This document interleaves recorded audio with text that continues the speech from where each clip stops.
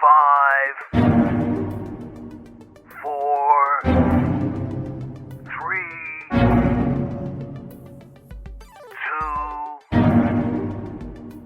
1. We have liftoff. And welcome to Planet Normal, a Telegraph podcast with Halligan and Pearson. Hello. And me, Liam Halligan.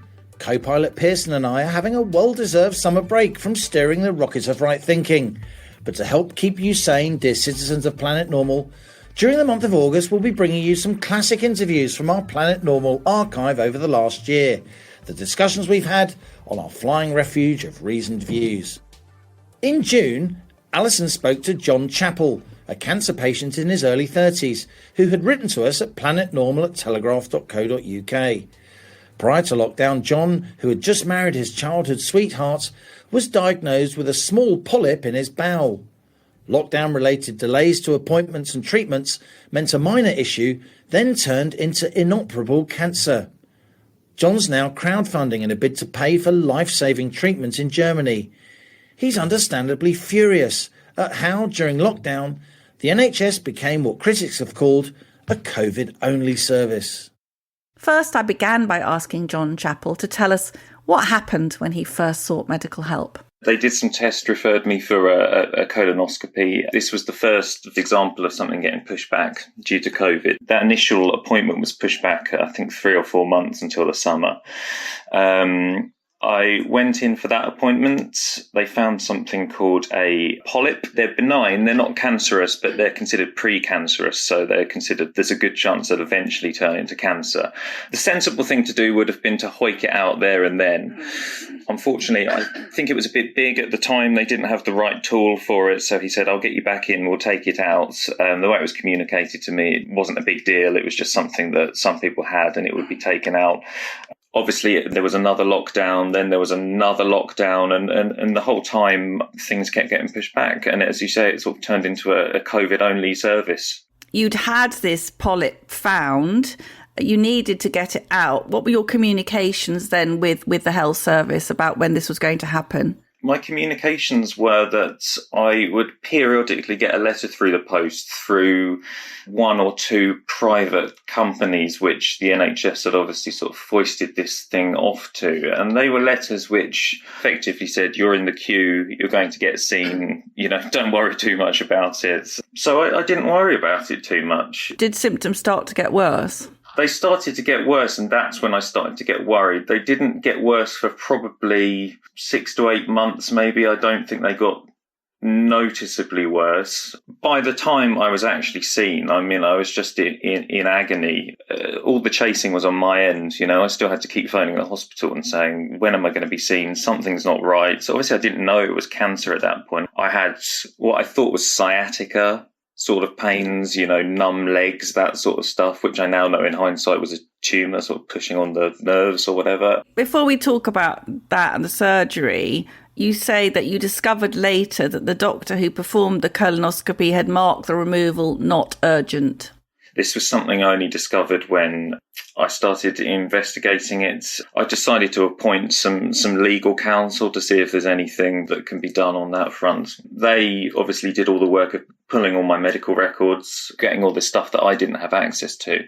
The guy that did the colonoscopy, even though this polyp was sufficiently large that he didn't have the tools available to remove it at the time, he marked it as, not urgent on my medical records. Because I was 32 at the time, it was considered in the medical orthodoxy at the time that someone that was 32 years old, it's extremely unlikely that it would turn cancerous in the immediate future. They opened something called a serious incident report in the hospital. They did a whole investigation and they've discovered that this was, a serious failing on their end. And they've changed their guidelines in future so that they'll treat every polyp that's discovered as being sort of equally urgent as needed to come out despite the patient's age. Jon, you're a clever bloke. You obviously were aware that this was not a good situation. But even you, being sort of clever and articulate, it was very difficult, wasn't it, to access any service at that point?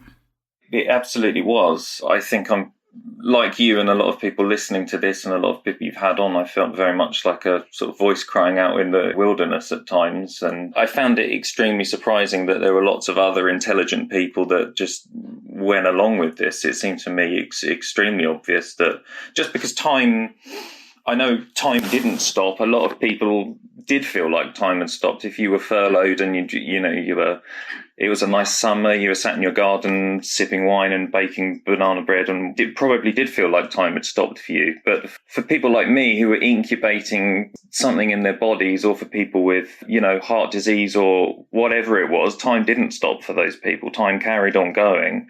Just because everything else ground to a halt, it didn't mean that these diseases didn't keep progressing. Obviously, it's caused me a lot of trauma and my family, and it's had incredible sort of emotional effects. But in terms of from a pure financial angle as well, I would say if the NHS had to just cut this thing out, I mean, it would have cost them next to nothing. I've had 18 rounds of chemotherapy now, including a drug that I gather is quite expensive, a sort of targeted immunotherapy sort of treatment, which is costing a lot of money. I've had radiotherapy, I've had some, surgery. So, yeah, if they just had been a little bit more forward thinking, a little less reactive and a bit more proactive, I mean, it would have been in everyone's best interest from an emotional and from a financial point of view. Yeah, I mean, it doesn't help anyone, this sort of failure to get on top of these things before they get so bad.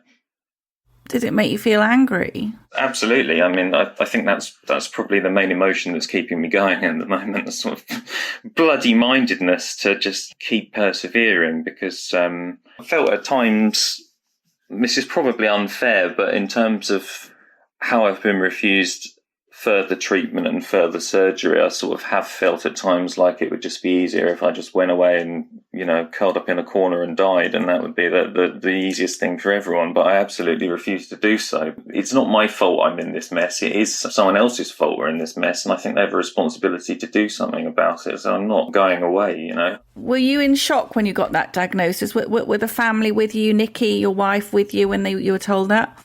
It's they didn't actually remove the polyp, because the polyp by that time had turned into cancer. So I went in for this operation to remove the polyp, and obviously he saw what was in there, saw it was cancer, and there was no removing the polyp anymore, because presumably it's been swallowed up by all the other stuff that's grown around it. So yeah, I initially got taken to a little room in the hospital, and they said some nurses will be with you shortly, and I thought, oh God, I know exactly what's coming now. They told me I had cancer in that December, and then I think it was the first week of January, I went in and met this oncologist, and so I'd had a few scans.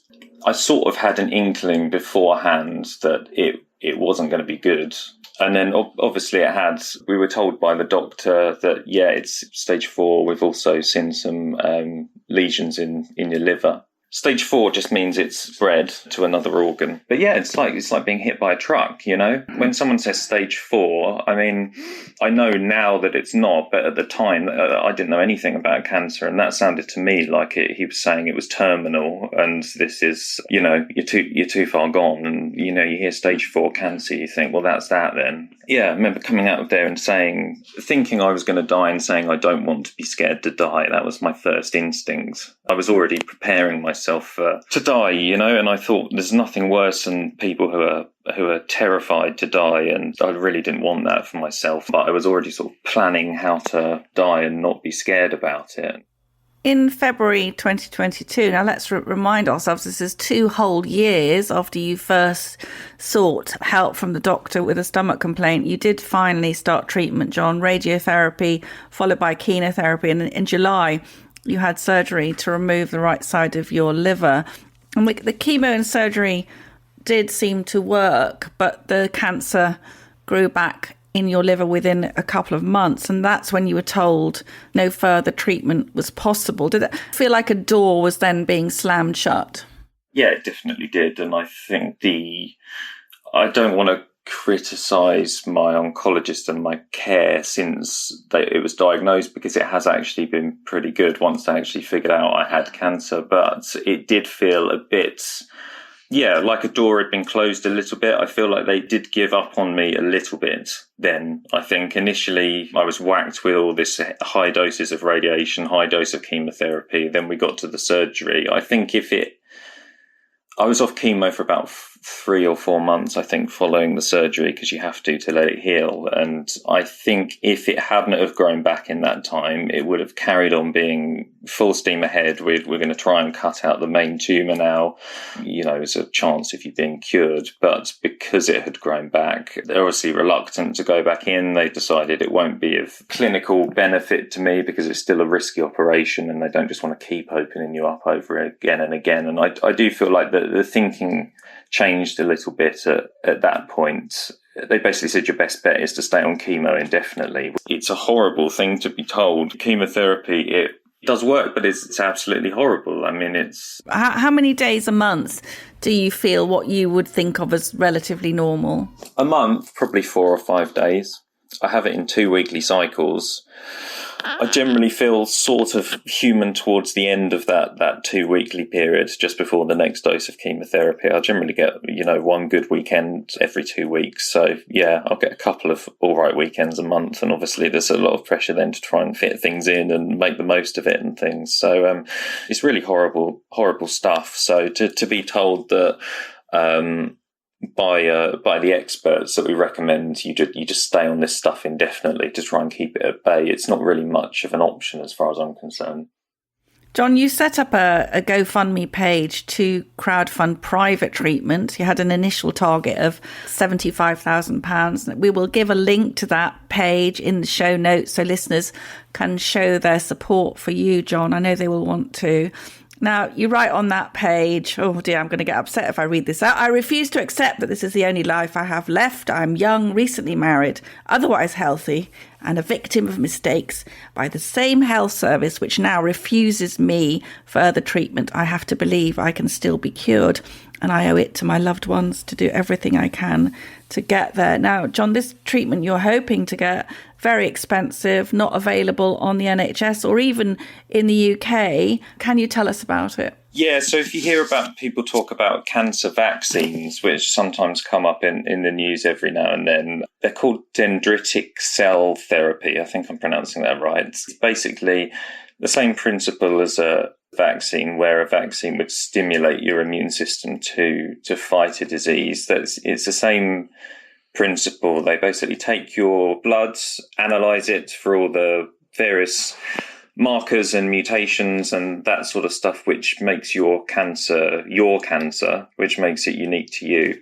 And then they're able to create a vaccine based on that information. So the idea is that you have these jabs and then it stimulates your body to attack the cancer. It's amazing stuff, really. And I think, I don't know, I suppose in 20, 30 years or so, I mean, this should be the standard treatment for cancer, these sort of personalised treatments. But at the moment, it's so expensive and it's in such an early stage. So unfortunately, I'm having to go out with the begging bowl a little bit. But it is unfortunate, isn't it, that such personalised treatments are still decades away from being available on the NHS. I was talking earlier to Professor Pat Price on your behalf. Pat is now saying that we're receiving a very rudimentary standard of cancer care in the UK compared to what patients can expect in other countries with a similar size of economy.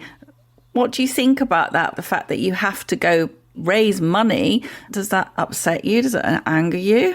It does, yeah. I think, obviously, it's a huge use of resources. We all spend a lot of money on it and we all expect an extremely high standard of care. I think maybe that was... People trust it, don't they? People trust the NHS. People often say our NHS, don't they? Like they feel a degree of ownership over it. It sort of feels like everyone's very proud of it and people trust it. But I think that was partially sort of what went wrong with me a little bit. I think I trusted the doctors and the health service a little bit too much. I thought, if it's serious, they're not just going to leave me with it, are they? It's, you have to trust the doctors, you have to trust the professionals. And I think you do have to really, really advocate for yourself, because I think the people that make the loudest noise probably are the ones that get seen first and actually get things sorted when they need to be sorted. So I don't know what countries the professor is referring to where it's better. Cancer care is better in every other European country, I think, apart from one. Of 18 developed countries, we come the lowest survival rates for all common cancers. So that gives you so much for our NHS. What would you say now, looking back? What do you think? I mean, the whole experience, the lockdown. I mean, we know, Pat Price says, every 4 weeks of delay, that increases your risk of a bad outcome. I mean, do you think that they should have done it differently? Well, yeah, absolutely. I think the excess death statistics, I mean, basically speak for themselves, don't they? Personally, I said from the beginning that the whole thing was a huge overreaction, wasn't it? As you said, it was, it didn't pose almost any risk to people who weren't elderly and were otherwise healthy. And I'm not saying those people should have been sacrificed on the altar of COVID, but I think the sensible thing to do would have been to tell people who were immunocompromised or otherwise vulnerable that they should be shielding, and the rest of us should have got on with our lives. Because what happened, to avoid sacrificing those people, what we've done is sacrificed a generation of young people almost. We sacrificed younger people, otherwise healthy people like me, to these otherwise easily preventable health conditions to protect people from COVID. It's almost like I don't want to sound ageist or anything, but it feels a bit like we sacrificed the young to save the old a little bit. And there's no shame in saying that, because that's the first time that's been done in almost any previous example. People always said young people and children first, and we reversed that wisdom. Shame on us, shame on us. You have had this phenomenal response to your GoFundMe appeal, £67,000 in just a few days, but you're saying 50,000 is a conservative estimate for all the consultations, creations of the vaccines themselves. And you say, Jon, it will take the kindness of strangers to help you afford it. Well, I think strangers, I know Planet Normal listeners are very kind. What sort of war chest do you think you reasonably need now going forward? Yeah, I mean, I said 50,000, I think would get me the initial consultations, the creation of the vaccine, and probably the first 4 vaccines, which, if they work, is a great start to getting the ball rolling. From what I understand from other people who have had these and it's been curative, they sort of need a maintenance dose of them every year or so to keep your immune system stimulated and keep the vaccine effect going. So I think it's going to be an ongoing cost for me, unfortunately. So I think 100 would be absolutely amazing. I don't know if it's going to be possible to get to that. Yeah, I think unfortunately this isn't going away, and even if you do cure your cancer, the chances of it coming back are extremely high, especially seeing in my case where it's been seen to be quite aggressive. So whatever I do earn and don't spend straight away is just going to go away for further treatment. So yeah, it's probably going to have to last me a number of years. Hopefully. Well, I think you sound amazing. I'm more upset than you.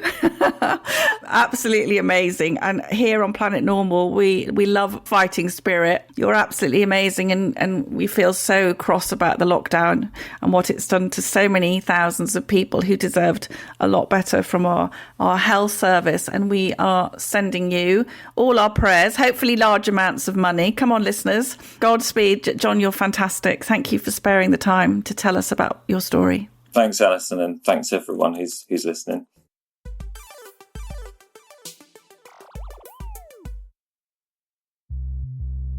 Women's football, Euro final, England versus Germany, Wembley, sold out stadium, and then to go on and win it. It was just insane. A lot of the chatter afterwards was, I really hope it's not the ACL, hope it's everything else. I'd worked in the Olympic and Paralympic system for a number of years. No one had ever said the word periods. No one had talked about menstrual cycles. I've totally subscribed to best person for the job, but often the best person for the job could well be female, but society isn't ready for that yet. All I'm saying is that everybody should know how to swim. I can't fathom how you can try and say that is troublemaking or anything like that. Every time I hear somebody talk about investing in women's sport and talking about it as if it's some sort of donation or like charity. You're welcome. It's just such a weird way to tell me that you're bad at business. The Telegraph Women's Sport Podcast with me, Sam Queck. Follow now so you don't miss an episode.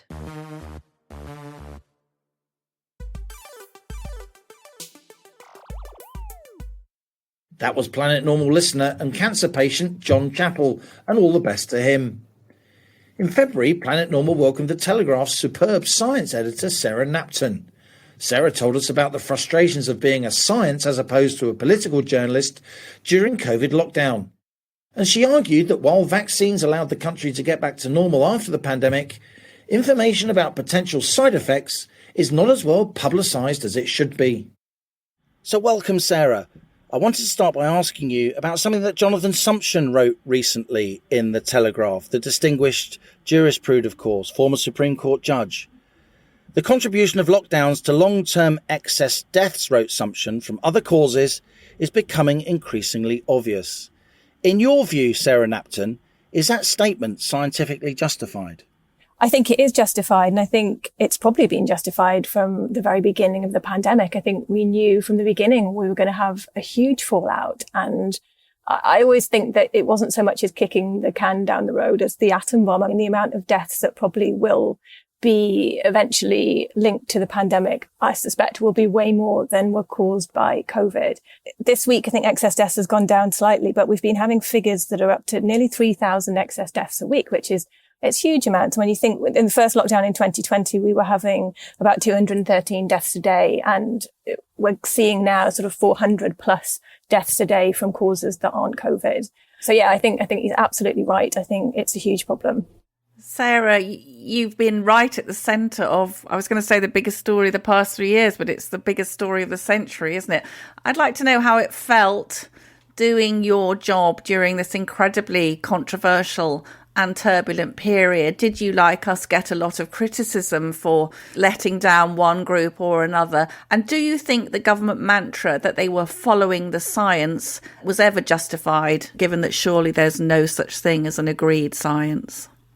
Yeah, I think that's a really good point. And sort of coming back to the first part of that, I found it incredibly tough. And I think a lot of my colleagues have as well. I mean, we were facing something that was entirely new, learning the science in real time. And I think because it was affecting everybody, everyone had a very personal view on it that often went beyond what the science was saying. It went beyond just being able to look at it from a very focused scientific point of view. I don't think anyone was really able to do that. It was difficult treading that line. I think scientists found it hard to tread that line. And I think you're right in the sense when they said they were following the science, it was almost impossible to do. I mean, there's no such thing as the science, and there shouldn't ever be such a thing as the science. We should just be monitoring it in real time and making adjustments as it happens. And I think if anything, the government tried to pass the buck too much with that phrase, follow the science, and really wanted to use it as a way to apportion blame when they got things wrong. I think they wanted to be able to say, you know, well, we saw the modelling, we were told to do that. And so that they didn't have much blame themselves. But, you know, clearly, I think from the beginning, they needed to look far more widely than just the damage that the virus was causing. And they didn't. And we knew they didn't. And personally, for a journalist, bugging them all the time, trying to ask them, you know, where is this extra work you're doing on how it's going to affect the economy, how it's going to affect mental health or education? Where is that work? Who's doing that work? Where are the economists? Nobody was doing it. The focus was so narrow that it was very difficult to do my job and try and come up with a kind of rounded view of what was going on and what was best for everyone, because the data wasn't just there and the government wasn't even seeking the data.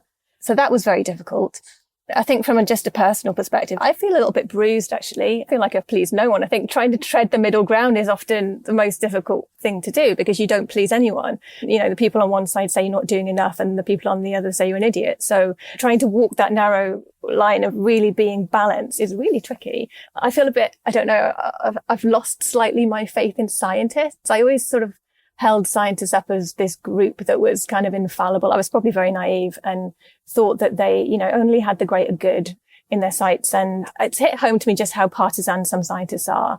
And I think academia can often be quite left wing and quite paternalistic.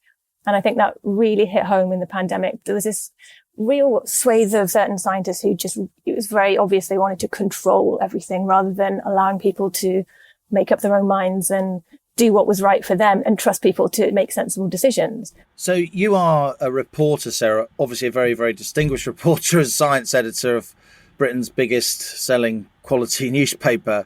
Alison and I are more, while we've both been reporters, we're a bit more bolshy. We're more opinion writers. but we are all journalists. And I wondered what you think about how our trade covered lockdown, because an awful lot of people are angry at how journalists acted during lockdown, particularly broadcasters, but quite a lot of print journalists too. How did you feel in particular, Sarah, when as a specialist science journalist, you had to watch political editors at those Downing Street COVID briefings asking wholly unscientific questions, asking repeatedly for lockdown to be faster, longer, firmer, trying to get their clips for the tea time news? How did that make you feel as a journalist? It was definitely unfortunate. And I think probably if they did it again, they would invite the science and health press in rather than the political journalists. I'm not sure it was particularly well done. I think on both sides, I don't think, the political journalists didn't really understand the scientific arguments. And then the government kind of got bounced into decisions because they were being pressed, being on live TV with a very volatile press pack. So I think they were struggling as much as anyone. But it was very frustrating for us because we were having lots of background briefings with sort of Sir Patrick Vallance and Chris Whitty. And often you would get situations where when we were at a time where people really weren't allowed to go outside very much and you were only allowed one walk a day, and there was fears about you sort of meeting people even outside, which there was never any scientific basis for whatsoever. And we, behind the scenes, we kept saying, this is nonsense. Anyone with a basic knowledge of fluid dynamics knows this is crazy. Like, you can't get a virus when you're just walking by the sea. I love it when journalists use phrases like fluid dynamics. My pulse quickens. But frustratingly, we'd be in these background briefings, which were, unreportable, where they'd be agreeing with us, sort of saying, yeah, we know it's stupid. We know it's wrong. You can't, you won't get COVID bumping into someone on the street and just having a 2-second chat. It's never happened before. And then they'd be going on TV, sort of almost saying the opposite and being pressured into saying the opposite and being pressured into, political journalists would often throw these sort of ludicrous scenarios at the politicians who'd have to think on the spot how to deal with it. And that was a major failing, wasn't it, of our political and media class. We have all these incredibly experienced, incredibly knowledgeable people like you, not just at the Telegraph, across the press. And yet all we could do was put braying political reporters on the telly asking for lockdown to be firmer the whole time. No nuance at all. I agree, yeah. It was a strange time. It's one of those shouting at the telly kind of times. You just think this is crazy. In some ways, some of the health and science teams on other papers didn't do that well either. I think we stuck our head above the parapet a lot more and questioned what was happening. And I think a lot of the science press really went along with what they were being fed. I think, simply for fear that they didn't want to, get it wrong and cause people to do things that could cost lives. And I do understand that, but we're not the government. It's our job to be questioning stuff. And if you're not prepared to do that, I don't really think you should be in the job. I mean, that's what it's there for.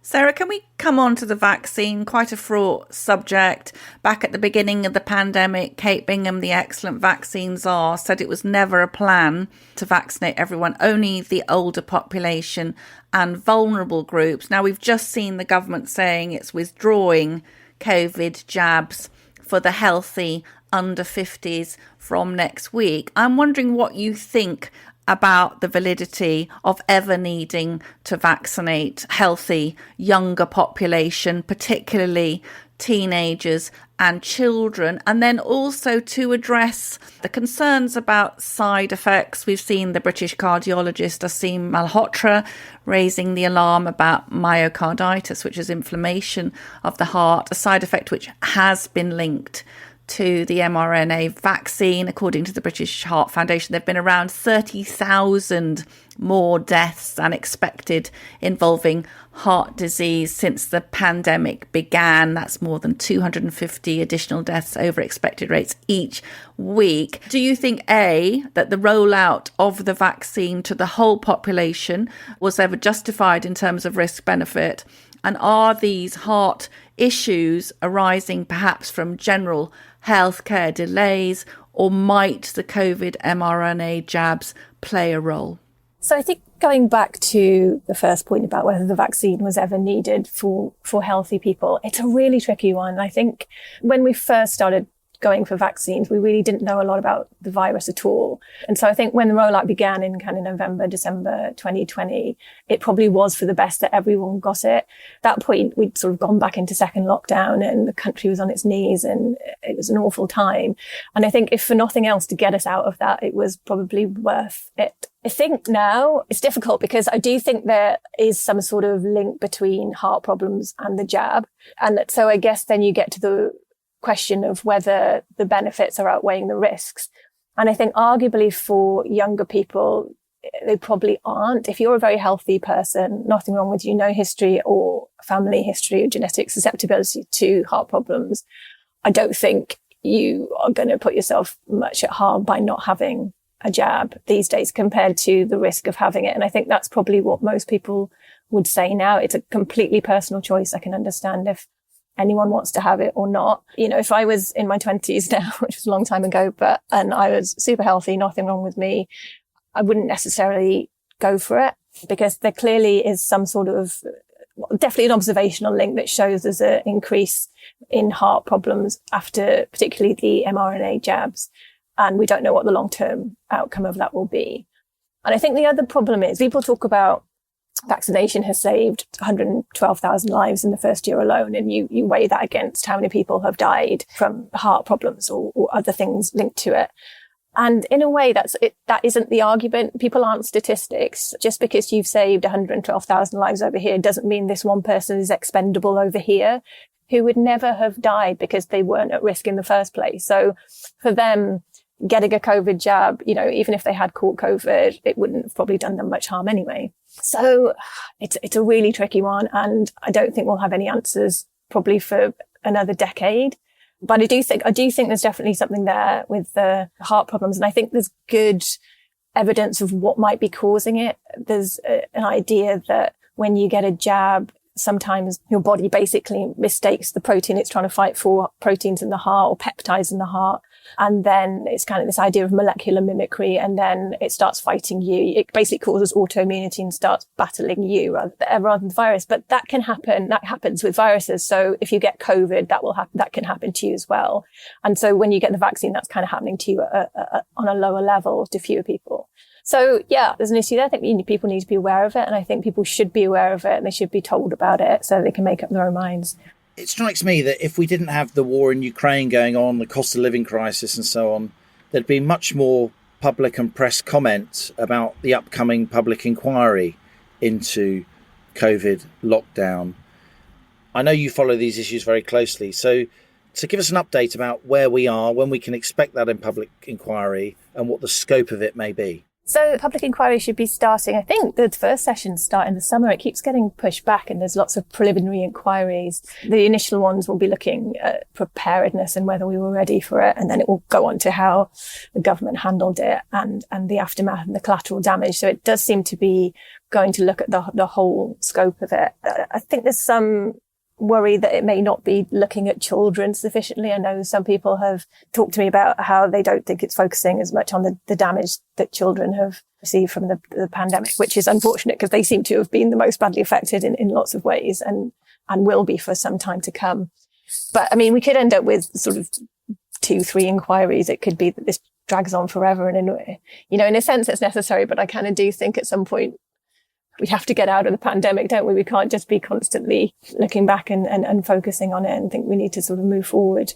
Do you think there will be lessons learned? Will we end up with a kind of conclusion that maybe we should take a more Great Barrington Declaration approach where we shield the vulnerable and the rest of us get on with our lives? I really hope so. I think the Great Barrington Declaration got a lot of stick and it wasn't really justified. I think the idea, looking back, it was, in a way, it was kind of what Sweden did slightly. I mean, they didn't actually protect their vulnerable that well, Sweden, but they did kind of give people the opportunity to just make decisions for themselves and look after themselves and take precautions when they wanted to without shutting the country down. And, they have one of the lowest excess death rates of anywhere.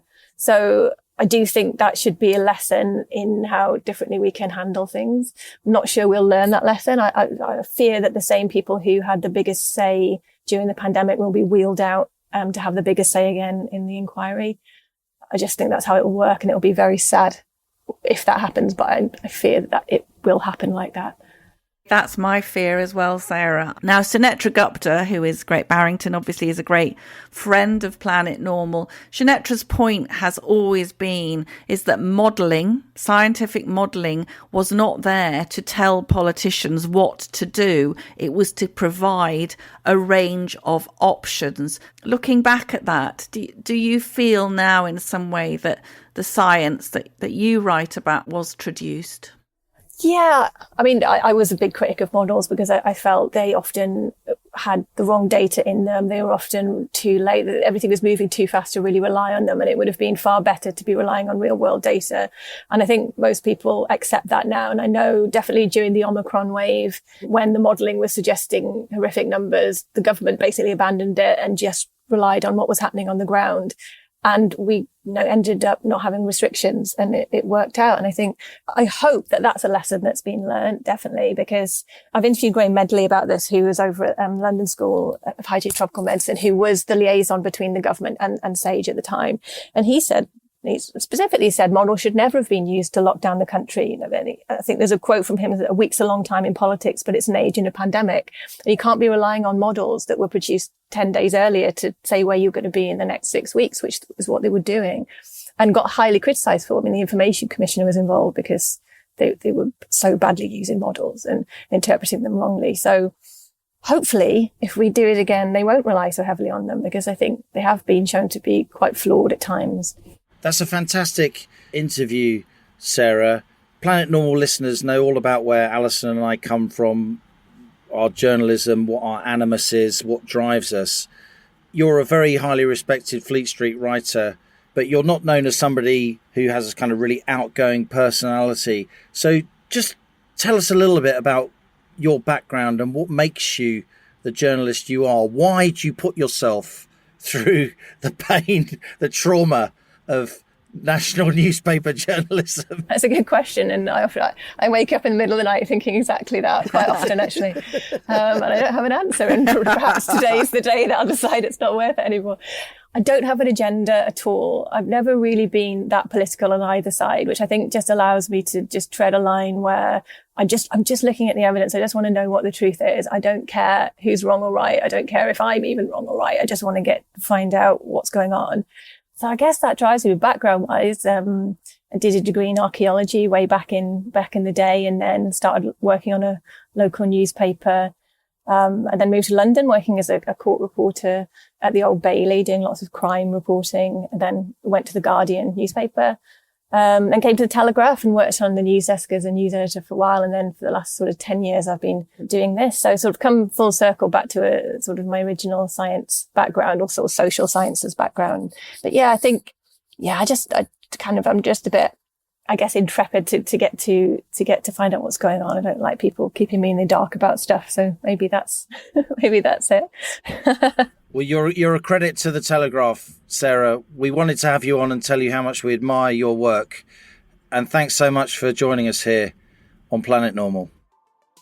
So that's it from Planet Normal for another week, as we leave our sanctuary of sweet reason, our flying refuge of reasoned views. If you enjoy Planet Normal, please do leave a rating and a review on Apple Podcasts or Spotify. It really helps others to find the podcast so the Planet Normal family can grow. Join us next Thursday for another holiday special as we bring you more from the Planet Normal archive. And as we speed away from our beloved Planet Normal and the madness of planet Earth comes back into view, thanks as ever to our producers Isabel Bouchard, Elliot Lampitt, Cass Ho and Louisa Wells. It's goodbye from me. And it's goodbye from him.